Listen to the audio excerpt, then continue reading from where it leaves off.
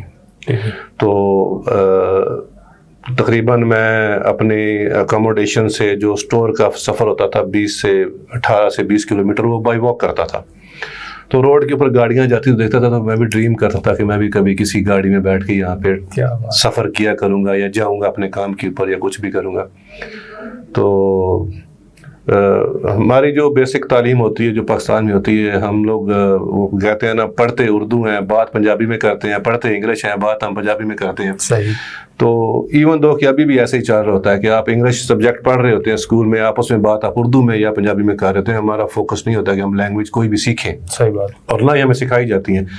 جس ٹائم پہ ہم لوگ پڑھتے تھے 94-95 میں عربک لینگویج بھی تھی ہمارے وہ 6ٹھی-7ویں میں, تو وہ بھی بس پوئمیں وغیرہ اور ہاضا تو یہ تو وہ تو مطلب سمجھنے کہ وہ ہمیں وہ بھی نہیں بتاتا تھا کہ پراپر ایک لینگویج آپ فارسی کی طرف جائیں, پرشین کی طرف جائیں یا عربک کی طرف جائیں. تو وہ ہمیں وہاں پہ بھی وہ نہیں بتایا گیا. انگلش جو ہم پڑھ بھی رہے ہوتے تھے تو ہمیں تو بس یہی پتا ہوتا تھا یہ اے فار ایپل پڑھنا ہے بس, اسی ہمیں نہیں پتا تھا کہ ہم ان فیوچر جا کے ہماری یہ ایک پراپر لینگویج بنے گی. اور نہ ہی ہمیں گائیڈ کیا گیا, ایون دو کہ نہ ہمیں کالج یونیورسٹی میں بھی, میرا نہیں خیال یونیورسٹی تو میں گیا نہیں یہاں پہ, تو ادھر بھی ہمیں پراپر اس کو ایک پراپر لینگویج کے اوپر لے کے جاتے ہیں.